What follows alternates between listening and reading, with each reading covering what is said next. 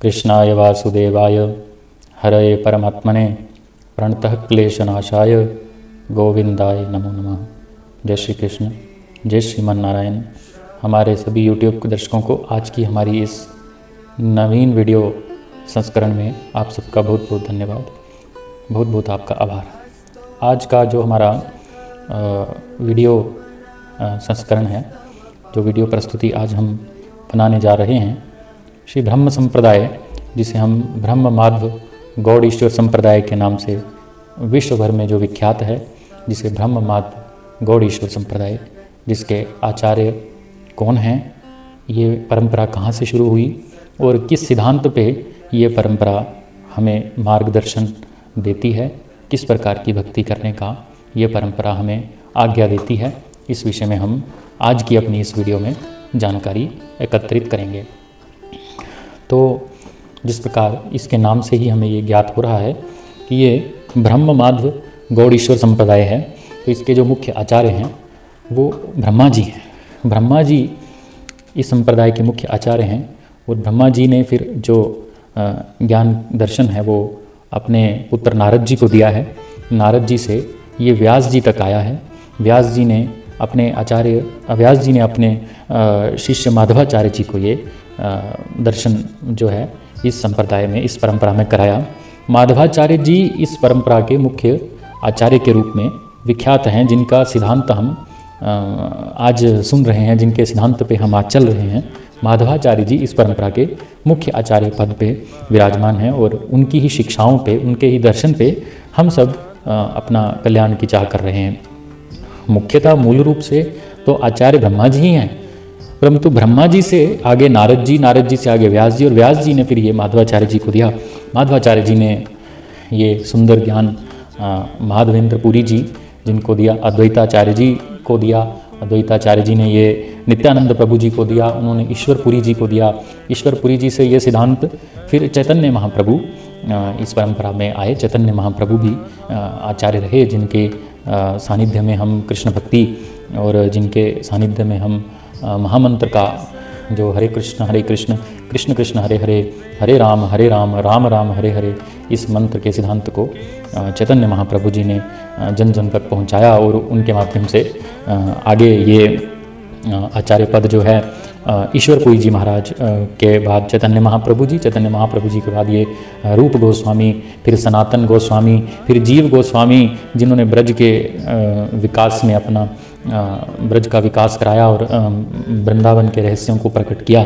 और जिस रस में आज हम सब अवगाहन कर रहे हैं और जिस रस की अनुभूति से हम अपना कल्याण आज कर रहे हैं, ये जीव गोस्वामी, रूप गोस्वामी और सनातन गोस्वामी जी का ही हम पे बहुत बड़ा उपकार है, जिसे हम आज अपनी भक्ति को हर समय तरोताज़ा और नवीन रूप से जब भी हमें लगता हो तो हम ब्रज का दर्शन करते हैं, वृंदावन का दर्शन करते हैं। तो इसके बाद फिर हम सब जानते ही हैं कि श्रीलाल प्रभुपाद जी महाराज इस परंपरा में आए और प्रभुपाद जी महाराज के नेतृत्व में इस्कॉन के माध्यम से जो हमारी संस्था है, जिसने भारत में ही नहीं अपितु पूरे विश्व में कृष्ण भक्ति का प्राकट्य बड़ा सुगमई और बड़ा ही सुंदर एक वातावरण बनाया है, जिसके माध्यम से पूरा विश्व आज कृष्ण भक्ति, नारायण भक्ति और राम भक्ति कर रहा है। और इन्हीं के प्रभाव से ये परिवर्तन जो है इस संसार में, विश्व में हुआ है। माधवाचार्य जी की यदि हम चर्चा करें तो माधवाचार्य जी 13वीं शताब्दी में 1238 में माधवाचार्य जी आए और तकरीबन 1316 तक माधवाचार्य जी इस धराभूमि पर रहे, जिन्होंने अपने जीवन में द्वैत सिद्धांत, जो ब्रह्म माध्व गौड़ ईश्वर संप्रदाय का सिद्धांत है, द्वैत सिद्धांत है, अर्थात हम उसको यदि थोड़ा साधारण भाषा में समझे तो ड्यूलिज्म है, अर्थात जीव और माया, ईश्वर और जीव दोनों भिन्न भिन्न हैं। माधवाचार्य जी ने यही बताया कि ईश्वर और जीव दोनों भिन्न हैं। जीव ईश्वर का अंश हो सकता है, परंतु जीव ईश्वर नहीं हो सकता। तो जीव ईश्वर का अंश है, अणु है, और ईश्वर परम सत्य है, परम आनंद है, जिससे जीव बना है, जिससे जीव का प्राकट्य हुआ है। तो ये द्वैत सिद्धांत के रूप में जो है ब्रह्म माध्व गौड़ ईश्वर संप्रदाय का दर्शन हमें देखने में मिलता है। मतभेद इसमें नहीं समझना चाहिए। कुछ लोग ये कहते हैं कि गौड़ ईश्वर संप्रदाय अलग है, ब्रह्म संप्रदाय और गौड़ ईश्वर संप्रदाय दोनों भिन्न हैं। गौड़ ईश्वर जो है वो ब्रह्मा जी से शुरू नहीं हुए, वह चैतन्य महाप्रभु जी से शुरू हुए। चैतन्य महाप्रभु जी अपितु राधा कृष्ण का ही स्वरूप हैं। कभी हमें अवसर मिलेगा तो हम चैतन्य महाप्रभु जी पे एक छोटा सा वीडियो लेक्चर बना के आप सबके समक्ष रखने का प्रयास करेंगे कि चैतन्य महाप्रभु जी अपने आप में राधा कृष्ण के ही अवतार हैं। और लेकिन मूल रूप से यदि हम देखें तो ब्रह्म संप्रदाय और गौड़ीश्वर संप्रदाय को प्राचीन रूप से यदि हम इसको अवलोकन करें तो ये दोनों एक ही हैं। ब्रह्म माध्व गौड़ीश्वर संप्रदाय एक ही संप्रदाय है, मतभेद नहीं समझना चाहिए। पिछली वीडियो में भी हमने यही समझा था कि किसी भी संप्रदाय का सिद्धांत चाहे कुछ भी हो, सिद्धांत चाहे कुछ भी रहा हो, परंतु जो उसका गंतव्य है, गंतव्य यही है किसी प्रकार ईश्वर जो है, जीव जो है वो ईश्वर के समीप चला जाए और जीव और ईश्वर के बीच में जीव और ईश्वर के बीच में एक जो माया रूपी पर्दा लगा है उसका जो है वो अंत हो जाए और जीव और ईश्वर दोनों सन्मुख हो जाएं, दोनों पास हो जाएं। यही हर एक परंपरा का सिद्धांत है। चाहे द्वैत सिद्धांत की चर्चा करें, चाहे विशिष्टा द्वैत की चर्चा करें, तो जिस प्रकार मैंने बताया ये ड्यूलिज्म, पदार्थ जीव और माया दोनों भिन्न भिन्न हैं। ब्रह्माद्व गौड़ीश्वर संप्रदाय के देवालयों की यदि हम बात करें तो बहुत सारे देवालय वृंदावन में राधा रमन जी हैं, हमारे गोपीनाथ जी, अन्य सप्त देवालय के रूप में चर्चा की जाती है। राधा रमन जी तो मुख्य जो हैं वो हमारे इसीलिए हैं क्योंकि वृंदावन में है और वृंदावन के सबसे रसीले ठाकुर हैं राधा रमन जी, बड़े रस्मी ठाकुर हैं राधा रमन जी। उनके विषय में चलो मैं आपको छोटा सा एक उनका किस प्रकार राधा रमन जी का प्राकट्य हुआ इस विषय में मैं छोटी सी एक चर्चा कर देता हूँ। गोपाल भट्ट स्वामी जी जो कि माध्व संप्रदाय के ही, माध्व गौड़ीश्वर संप्रदाय जिसकी हम चर्चा कर रहे हैं, इसी संप्रदाय के जो थे वो गोस्वामी थे, गोपाल भट्ट गोस्वामी जी उनका नाम था। तो वो शालिग्राम जी की पूजा करते थे। गंडकी नदी से उन्हें शालिग्राम प्राप्त हुए थे, तो वो शालिग्राम जी की बड़ी सुंदर आराधना भक्ति करते थे। तो वृंदावन में जब ब्रज क्षेत्र में रहते थे तो वहाँ पे तो वृंदावन में हमारे राधा वल्लभ लाल जी विराजते हैं, बिहारी जी विराजते हैं। तो गोपाल भट्ट गोस्वामी जी ने देखा कि बिहारी जी ने कितनी सुंदर पोशाक धारण की है, कितना सुंदर मस्तक पे तिलक धारण किया है, कितनी सुंदर मुकुट मणियाँ हैं, कितने सुंदर गले में माला हैं, कितने सुंदर बाजूबंद हैं, कितने सुंदर कमर पे बांधने वाले कमरबंद हैं, तो पाँव में डालने की पाजेब हैं, अन्य उन्होंने जब उनके दर्शन किए तो उनके मन में भी एक ये भावना हुई कि यदि मेरे प्रभु के भी इसी प्रकार दर्शन होते तो मैं भी उन्हें सुंदर पोशाक धारण करवाता, उन्हें सुंदर में वस्त्र धारण कराता, सुंदर उनका श्रृंगार करता, आभूषणों से भगवान का श्रृंगार करता। इस प्रकार की उनके मन में एक व्याकुलता होने लगी गोपाल भट्ट गोस्वामी जी के मन में। तो उन्होंने उनकी आराधना करके उनको रात को विश्राम करा दिया और खुद भी शयन कक्ष में जाके विश्राम किया। जब सुबह दर्शन के लिए उन्होंने अपने मंदिर के पट को खोला तो उन्होंने वही देखा कि जिस शालिग्राम जी को उन्होंने शयन कराया था वो शालिग्राम जी एक त्रिभंग लली ठाकुर के रूप में विराजमान थे। त्रिभंग लली ठाकुर अर्थात कि एक अब मैं उनको मूर्ति कहना नहीं चाहता, एक भगवान एक अपने विग्रह रूप में भगवान जो है वो शालिग्राम से प्रकट हो चुके थे और उनके हाथ थे, उनके पैर थे। शालिग्राम जी से उनका प्राकट्य हुआ। राधा रमन जी यदि आपने दर्शन नहीं किया होगा तो मैं वीडियो के ऊपर राधा रमन जी की छवि लगा दूंगा, आप अवश्य उन्हें देखें। और राधा रमन जी के विषय में तो बड़ी चर्चाएं हैं, किस प्रकार उनकी छवि जो है वो नित्य प्रति बदलती है। कभी वो हंसते हैं, कभी उनके दांत दिखते हैं, कभी एक दांत दिखता है, कभी दो दिखते हैं, कभी तीन दिखते हैं। तो अन्य दर्शन हैं राधा रमन जी के।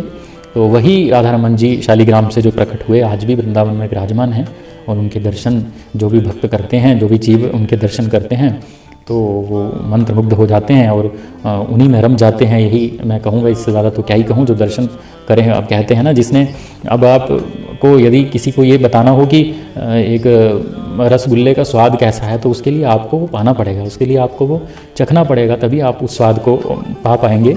तो बताने से तो मैं इतना ही कह सकता हूँ कि बहुत मीठा है। तो आप, लेकिन मीठा तो बड़े तरह का होता है, लेकिन रसगुल्ले का मीठा जो है वो आप यदि उसको पान करेंगे, उसको स्वाद उसका ग्रहण करेंगे तो ही आप उसमें समझ पाएंगे कि वो किस प्रकार का मीठा है। तो यही राधा रमन जी के विषय में भी यही बात है कि जब आप उनका एक बारी दर्शन करेंगे और दर्शन करके फिर आपको समझ में आएगा कि राधा रमन जी क्या हैं और वो किस प्रकार के बड़े रसीले ठाकुर उन्हें क्यों कहा जाता है, रसमयी ठाकुर उन्हें क्यों कहा जाता है।